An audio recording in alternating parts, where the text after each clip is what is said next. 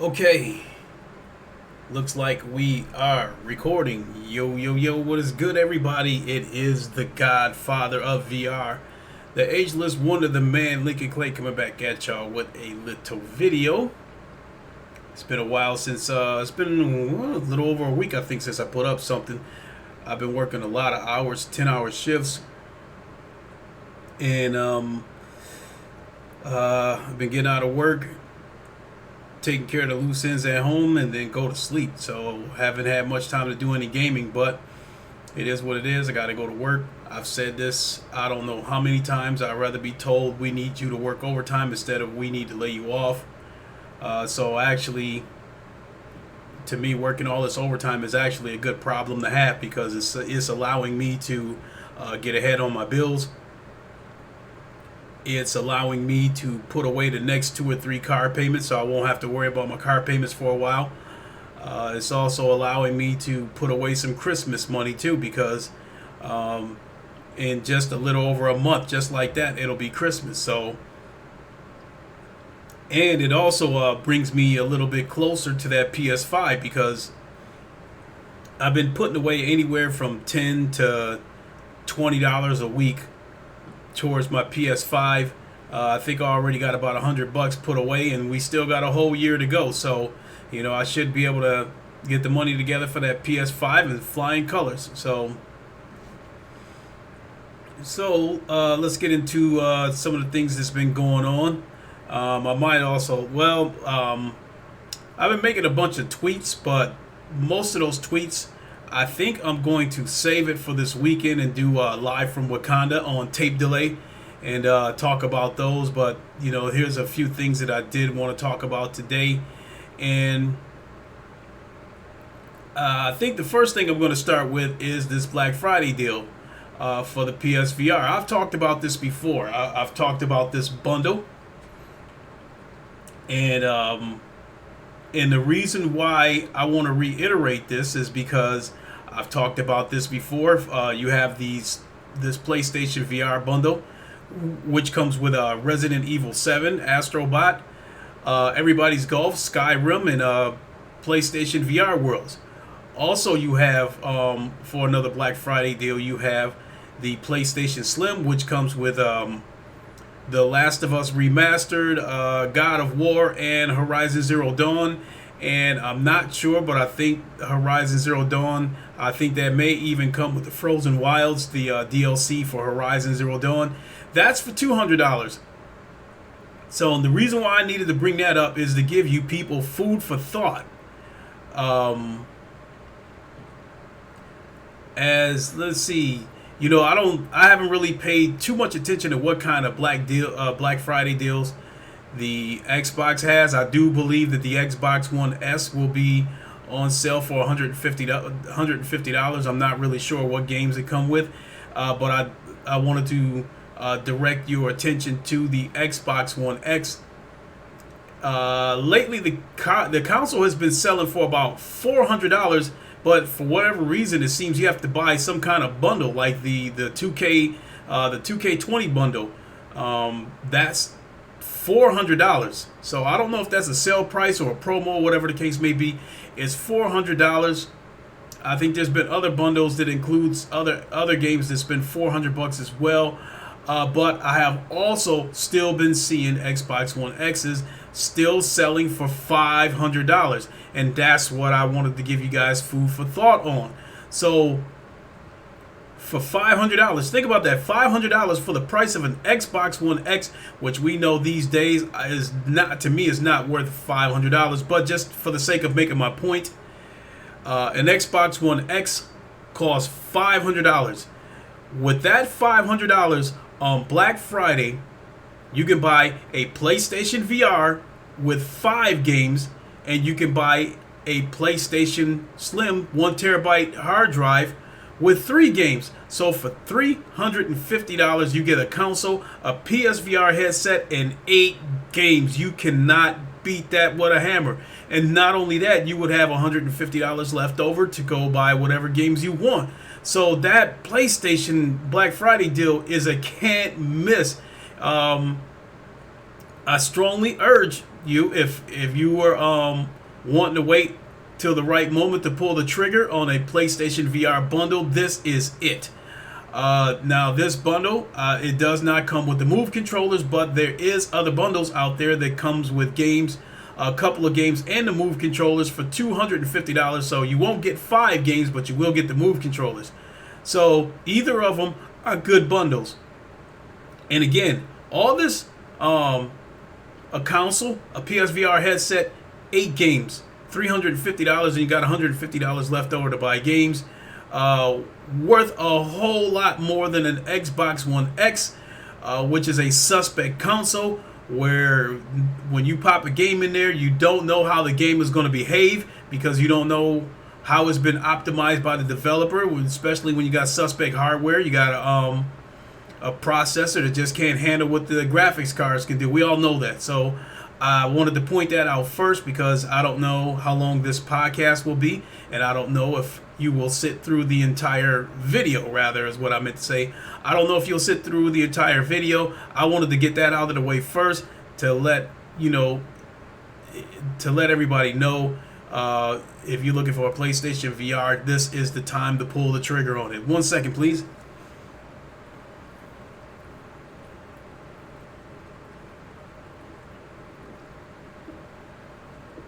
Woo. Excuse me. As we speak, the round table is going on right now. Shout out to the round table. I'm going to try to get this podcast done in a timely manner so I can go join them. Next thing I want to talk about is the Oculus Link beta has gone live. For those of you who are deep into VR, you know about the Oculus beta, which you can use a specific USB 3 to USB-C cable running from your PC to the Oculus Quest headset, which will turn your Oculus Quest basically into an Oculus Rift S, whatever you want to call it. The speculation is over. We've got solid answers now. Although I have not had a chance to try it, I've seen a few videos from credible YouTubers. Gamertag VR, Sebastian Ong of MRTV, just to name a couple. These are people who have tried it, and I did watch some of Gamertag's stream, and he did answer the main questions that I had. Was whether there was like a downgrade in resolution and the tracking. Most of all, he said the tracking was excellent, and as far as resolution goes, he said he really didn't notice, like in terms of like artifacts or like compressed blocks or anything like that from the encoding and coding and that kind of stuff. He really didn't notice any of that, but to give an accurate description, he claimed he compared the resolution and the view to an Oculus Rift CV1. So with that being said, being that I have an Oculus Rift S and that I bought my son an Oculus Rift S, there's really no need for me to go off and buy the needed cable, but I'm still curious. So I am planning to get a cable. Now what happened was yesterday I went to Amazon and I found the required cable. I found a 10-foot cable for $13. I went to go put it in the shopping cart, came back today to make the purchase, and now that cord is unavailable. So that speaks to you about how many people have went out and bought this cord. It's like the 10-foot cords, I believe, are sold out. So that tells you just how many people was wanting to try this Quest beta. And again, myself, being that I have a Rift S and my son has a Rift S, there was no reason for me to do this, but being that I can get a cable for $20 or less, then yeah, I'll go ahead and give it a try. Not only that, it can serve as a backup in case something happens to my Rift S. So I will go ahead and get a cable. I don't want to get lately, being that the 10-foot cable's sold out, all I've really been seeing is like 6-foot cables and 3-foot cables, which is way too short. It's not even worth it to me. If I can't find anything 10 feet or longer, I'm not even going to bother with it. But yeah, I will get a cord and I will try it, see for myself. By the time I finally get a cord and by the time I finally get a chance to try it, everybody and their mother will have tried it. So I'll be just another face in the crowd, but in terms of giving my input, but I will still do it. Now, to take with Gamertag VR said, his take on it was, he would not trade his Rift S in for it because he said the Rift S is, you can still tell that the Rift S is has a cleaner picture. But he did say that it looks good enough that if he had a CV1, he would get rid of the CV1 and place, and replace it with this Quest Oculus Link cable. So my take on this is this a Rift S killer? Being that they've given you an option to skip over the Rift S and use this as your main headset as well as your on-the-go headset. Is this a Rift killer? No, I do not think it's a Rift S killer, at least not at the moment. But keep in mind, this is still a beta, so I expect it to actually get better over time. Now, what I do think will happen for the next generation, I think you could have like a Rift S / Quest hybrid. That works, on the same principles as the Quest to your PC right now, except that I would like to think that when you're on the go and you're taking the headset with you, you'll get Rift S type quality. Because right now, the Quest by itself, some of the games look good, but some of them do have some PS1 looking graphics. So I think, in a few years we'll get some sort of hybrid from them. There's basically a Rift S / Quest that you can connect to your PC, and if you should decide to take it with you, then the graphics and resolution and that kind of stuff would be a barely noticeable downgrade. You would probably, I would like to think you'd still have Rift S type quality, but I think that's a few years down the line because, Facebook is making some serious moves with Oculus. I think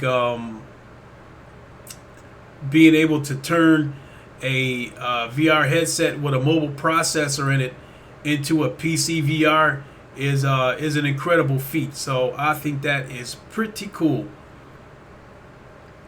So moving on to the next subject, want to talk about Shenmue III. That did release today. Now there's a ton of games releasing today that I'll talk about a little bit. But the reason why I wanted to point out Shenmue 3 is the original Shenmue on the Sega Dreamcast is one of my all-time favorite games. The original Shenmue on the Sega Dreamcast is one of the games that showed me that the Sega Dreamcast was ahead of its time. I had never played a game that had the type of combat that Shenmue had, and it was definitely the first game I ever played that had quick time events, which I thought was pretty cool at the time. And I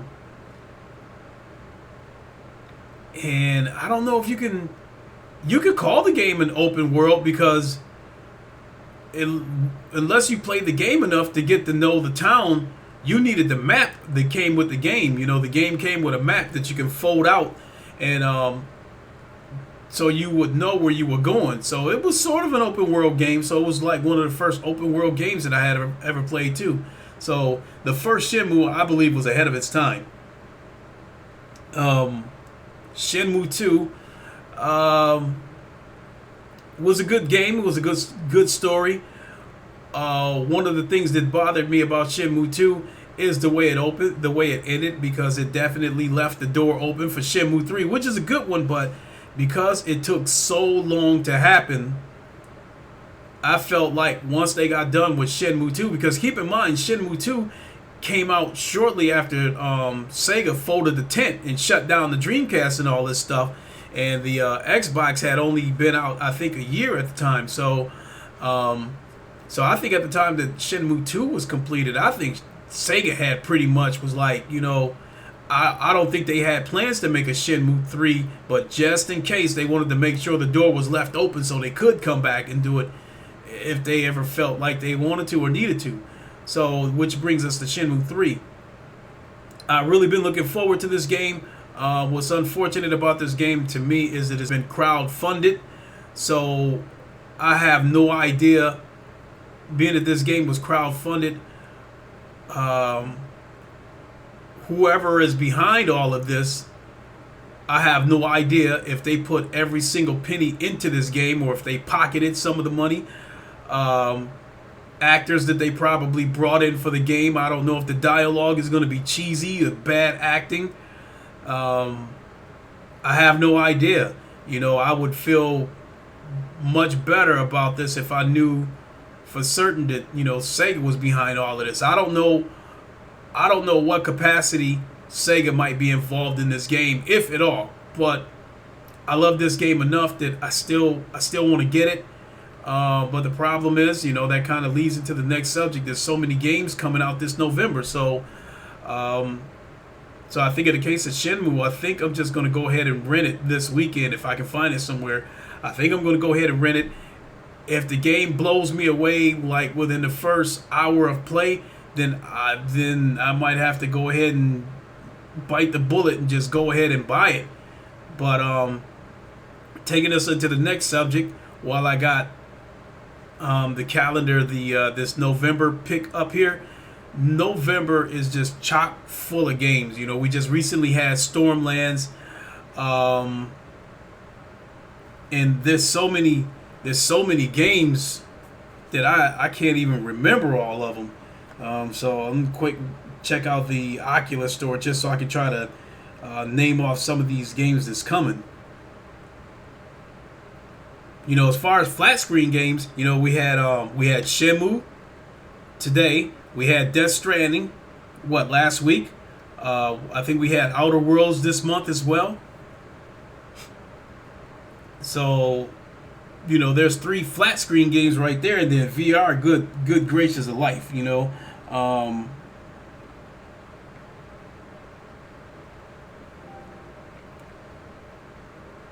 Like I said, we had Stormlands released, a few days ago. We got the DLC from I Expect You to Die. I think we had Synth Riders come out this month. Last Labyrinth, I think that just came out. Curious Tales of Stolen Pets, that just came out. Pistol Whip just came out.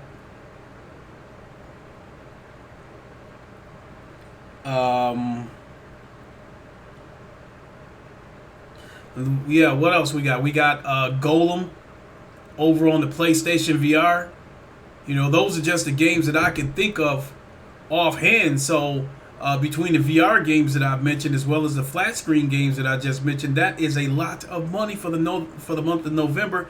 If I was to buy all those games, we talking a few $100s, and truth be told, I think it would defeat the purpose of all the overtime that I've worked if I go and buy all these games. So it was my plan to go ahead and rent Death Stranding as well. I know I would never finish the game, truth be told. I'm just curious about how the game looks, because I keep hearing multiple people saying that it's the best looking game they've ever seen this generation.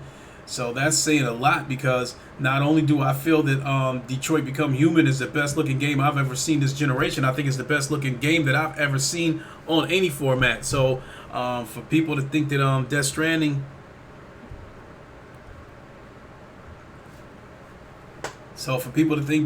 is the best looking game this generation, that says quite a bit. So I'm really curious about it.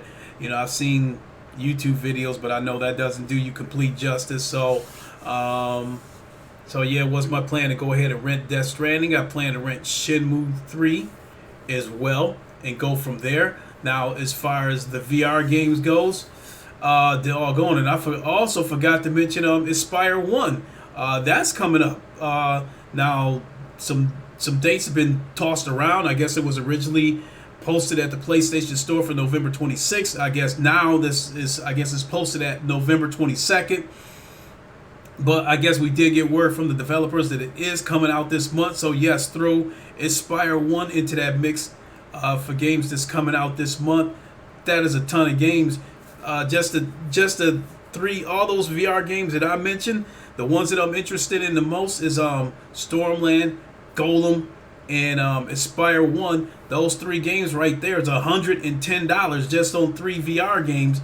And and then like I said, the Shenmue 3 is $60.